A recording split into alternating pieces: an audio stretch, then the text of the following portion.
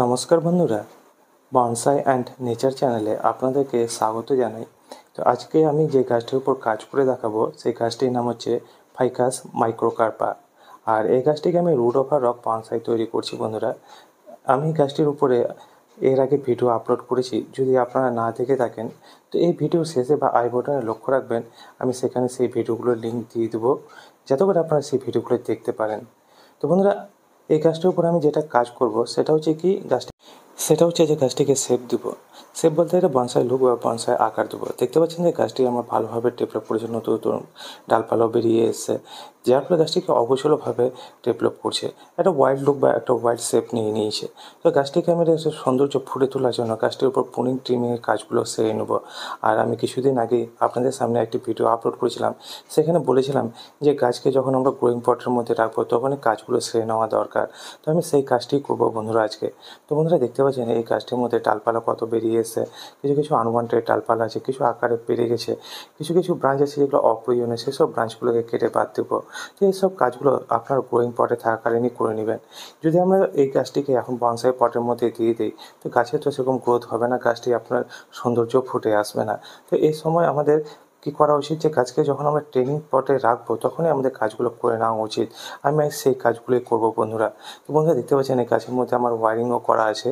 তো সেই ওয়ারিংগুলোকে আমি রিমুভ করে নেবো যাতে করে ওয়্যার বাইটটা বেশি করে না হয়। আর ওয়্যার বাইট হলে কী হয় সেটা আপনারা সকলেই জানেন, যে ওয়্যার বাইট যদি বেশি হয় তাহলে গাছটা সেখান থেকে ভেঙে যেতে পারে বা ডালটি সেখান থেকে দু টুকরো হয়ে যেতে পারে। তো সেই জিনিসটা যেন আমার গাছের মধ্যে না হয় সেই জিনিসটাই আমি করব। তো বন্ধুরা, দেখতে পাচ্ছেন কিছু কিছু আনওয়ান্টেড বলতে বন্ধুরা দেখতে পাচ্ছেন কিছু ব্রাঞ্চগুলো আকারে লম্বায় বড় হয়ে গেছে, বা কিছু কিছু ব্রাঞ্চ আছে যেগুলো একই জায়গা থেকে ডেভেলপ করছে বা কম দূরত্বের মধ্যেই আছে, সেই সব ব্রাঞ্চগুলোকে কেটে বাদ দিব যাতে করে একটা সুন্দর লুক ফুটে আসে, যেটা আমরা নেচারে দেখে থাকি বন্ধু। সেই নেচারের জিনিসটাকেই আমরা এই বাঁশের মধ্যে ফুটে তোলার চেষ্টা করি, তো সেই জিনিসটাই করার প্রয়োজন আছে বন্ধুরা। তো এই জিনিসগুলো অবশ্যই করবেন। কখন করবেন সেটা হচ্ছে গাছ যখন গ্রো করবে। তো এই ফাইকাসেন এই গাছগুলো দেখতে পাচ্ছেন যে এখন ভালোভাবে ডেভেলপ করছে, যেরকম বট পাকুড়ের সঙ্গে এই ফাইকাসেন মাইক্রোকার্পা যে গাছটি আছে সেটাও আমার ভালোভাবে ডেভেলপ করছে। আর কিছুদিন আগে আমাদের এখানে ভারী বৃষ্টি হয়েছিল, যার ফলে গাছটি আরও সুন্দরভাবে ডেভেলপ করেছে। তো এরকম অবস্থায় গাছের মধ্যে যদি পুনিং ট্রিমিংয়ের কাজগুলো করা যায় তো খুবই ভালো বন্ধুরা।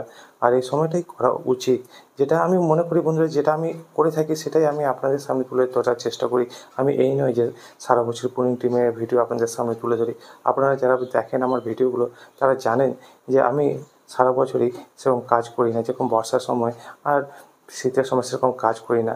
তো দেখতে পাচ্ছেন যে এখানে দেখতে পাচ্ছেন যে যেগুলো আনওয়ান্টেড সেই ব্রাঞ্চগুলোকে খুঁজে খুঁজে বের করে আমি পুন বা ট্রিম করে দিচ্ছি যাতে করে সেখান থেকে আর নতুন ব্রাঞ্চ ডেভেলপ করে এবং একটা সুন্দর বনসাই ফুটে আসে। যেগুলো ব্রাঞ্চ কম দূরত্বের মধ্যে ডেভেলপ করছে বা যেগুলো ব্রাঞ্চ একই জায়গা থেকে ডেভেলপ করছে সেসব ব্রাঞ্চগুলোকে কেটে বাদ দিচ্ছি। আর এইভাবেই আমি কাজ করে থাকি বন্ধুরা। বন্ধুদের কাছে রিকোয়েস্ট, যারা আমার এই ভিডিওগুলো দেখছেন তারা অবশ্যই ভিডিওটিকে লাইক করবেন, চ্যানেলটিকে সাবস্ক্রাইব করবেন। আর আপনাদের মনে কোনো জিজ্ঞাসা বা পরামর্শ যদি দেওয়ার থাকে অবশ্যই আমাকে কমেন্ট বক্সে লিখে জানাবেন।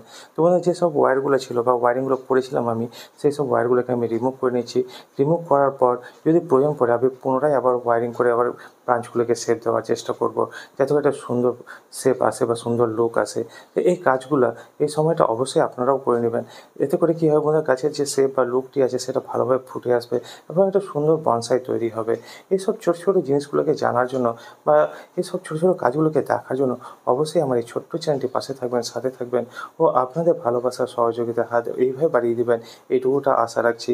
তো বন্ধুরা, দেখতে পাচ্ছেন যে ওয়্যারগুলোকে আমি রিমুভ করে নিচ্ছি। আরেকটা জিনিস যেটা নিচের দিকে দেখতে পাচ্ছেন বন্ধুরা, নীল কালারের দড়ি দিয়ে বাঁধানো আছে, কারণ হচ্ছে যে শিকড়গুলো যেন রক থেকে আলাদা না হয়ে যায়, রকের সঙ্গে অ্যাটাচ হয়ে থাকে, সেই কারণেই আমি এই দড়ির সাহায্যে আমি গাছটিকে বেঁধে দিচ্ছি রকটির মধ্যে, যাতে করে রকের সঙ্গে রুটগুলো আমার ভালোভাবে জড়িয়ে থাকে, যাতে করে একটা সুন্দর বনসাই ফুটে আসে। তো বন্ধুরা, এইসব জিনিসগুলো যদি জানতে চান যে কীভাবে রুট ওভার রক বনসাই করবেন বা কোন সময় কোন কাজটা করবেন, তো অবশ্যই আমার এই ছোট্ট চ্যানেলটির পাশে থাকবেন। আর যদি এ ধরনের কোনো জিজ্ঞাসা থাকে সেটাও অবশ্যই আমাকে করবেন, আমি আপনাদের কমেন্টসের উপর অবশ্যই ভিডিও তুলে ধরবো। তো সেই সব ভিডিওগুলোকে পাওয়ার জন্য অবশ্যই আমার এই ছোট্ট চ্যানেলটির পাশে থাকুন, সাথে থাকুন ও আপনাদের ভালোবাসার সহযোগিতার হাত এইভাবে বাড়িয়ে দিন। তো দেখতে পাচ্ছেন বন্ধুরা, কিছু কিছু ব্রাঞ্চ আমি কেটে বাদ দিলাম, কিছু কিছু ব্রাঞ্চকে আমি ওয়্যারিং করে নিলাম, আর কিছু কিছু ব্রাঞ্চকে আমি শেপ দিচ্ছি। এখন কিছু কিছু ব্রাঞ্চকে আবার যেগুলো বাড়তি অংশ ছিল সেই অংশগুলোকে কেটে নিচ্ছি আমি। তো বন্ধুরা, কোনো জায়গায় যদি বাড়তি অংশ থেকে যায় তো সেখানে কী হয়, সেখানে ধীরে ধীরে ডাইভেট হওয়া শুরু করে বা যে বাড়তি অংশটি আছে সেটা শুকিয়ে যায়, যার ফলে সেখানে পচন দেখা দিতে পারে বা ফাঙ্গাসের আক্রমণ দেখা দিতে পারে। তো সেই জায়গাটা আমাদের এইভাবে ভালোভাবে ক্লিন করে নিতে হবে।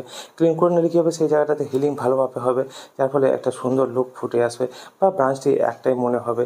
এখানে দেখে কোনো কাঠ বা কোনো কাঠের চিহ্ন থাকবে না। তো আমি ব্রাঞ্চটিকে যে বাড়তি অংশটি ছিল সেটাকে কেটে বাদ দিয়ে এখন আমি উপরে যে মেন লিডার ব্রাঞ্চ আছে সেটাকে শেপ দেওয়ার চেষ্টা করছি ওয়ারিংয়ের মাধ্যমে, এবং ওয়ারিংয়ের মাধ্যমে শেপ দেওয়ার পরে আমি গাছটিকে এইভাবে রেখে দেবো যাতে করে গাছটি আবার ভালোভাবে বেড়ে ওঠে এবং নতুন নতুন ডালপালা ডেভেলপ করে, এবং যে শেপগুলো দিচ্ছি সেই শেপটা যেন ধরে থাকে। এটাই আমার কাজ বন্ধুরা। তো এই ধরনের ছোটো ছোটো কাজগুলো অবশ্যই যখন গাছ গ্রোয়িং পটে থাকবে বা ট্রেনিং পিরিয়ডে থাকবে তখন অবশ্যই কাজগুলো সেরে নেবেন। এতে করে পরবর্তীতে যখন আপনি গাছটিকে বনসাই পটে প্রতিস্থাপন করবেন তখন আর সেরকম ভারী কাজ করতে হবে না। তখন শুধু হেয়ার কাটিংয়ের মতো হালকা ছাঁটাই করলেই গাছটি একটা সুন্দর শেপ বা সুন্দর লুক ফুটে আসবে। তো বন্ধুরা, এইসব জিনিসগুলোকে দেখার জন্য অবশ্যই আমার এই ছোট্ট চ্যানেলটির পাশে থাকুন, সাথে থাকুন ও আপনাদের ভালোবাসা সহযোগিতা হাত এইভাবে বাড়িয়ে দিতে থাকুন, এইটুকুটা আশা রাখি।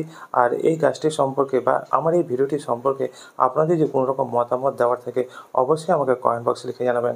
আমি আপনাদের কমেন্টসের অপেক্ষায় রইলাম বন্ধুরা। আমি আপনাদের কমেন্টসের রিপ্লাই অবশ্যই দিব।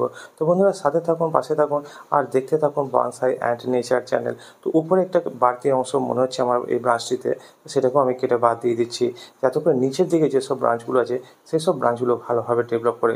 উপরের দিকে ব্রাঞ্চটি কেটে দেওয়ার ফলে উপরের গ্রোথটা কমে যাবে এবং নিচের দিকে যেসব ব্রাঞ্চগুলো আছে সেসব ব্রাঞ্চগুলো ভালোভাবে ডেভেলপ করবে। তো বন্ধুরা, আজকে এই পর্যন্তই। দেখা হবে আবার নতুন কোনো গাছের উপর কাজ নিয়ে বা আপনাদের কোনো কমেন্টসের উপর ভিডিও নিয়ে। তো সেই সব ভিডিওগুলোকে পাওয়ার জন্য অবশ্যই চ্যানেলটির পাশে থাকুন, সাথে থাকুন আর এইভাবে আপনাদের ভালোবাসার সহযোগিতা হাত বাড়িয়ে দিতে থাকুন যাতে করে আগামীতেও আমি এইভাবে আপনাদের জন্য ভিডিও তুলে ধরতে পারি। তো বন্ধুরা, অবশ্যই আপনাদের কমেন্ট আমাকে কমেন্ট বক্সে লিখে জানাবেন। যদি কোনো রকম জিজ্ঞাসা থাকে অবশ্যই করবেন, কোনো রকম পরামর্শ দেওয়ার থাকলে অবশ্যই দিবেন। তো বন্ধুরা, আজকে এই পর্যন্তই। দেখা হবে আবার আপনাদের সাথে।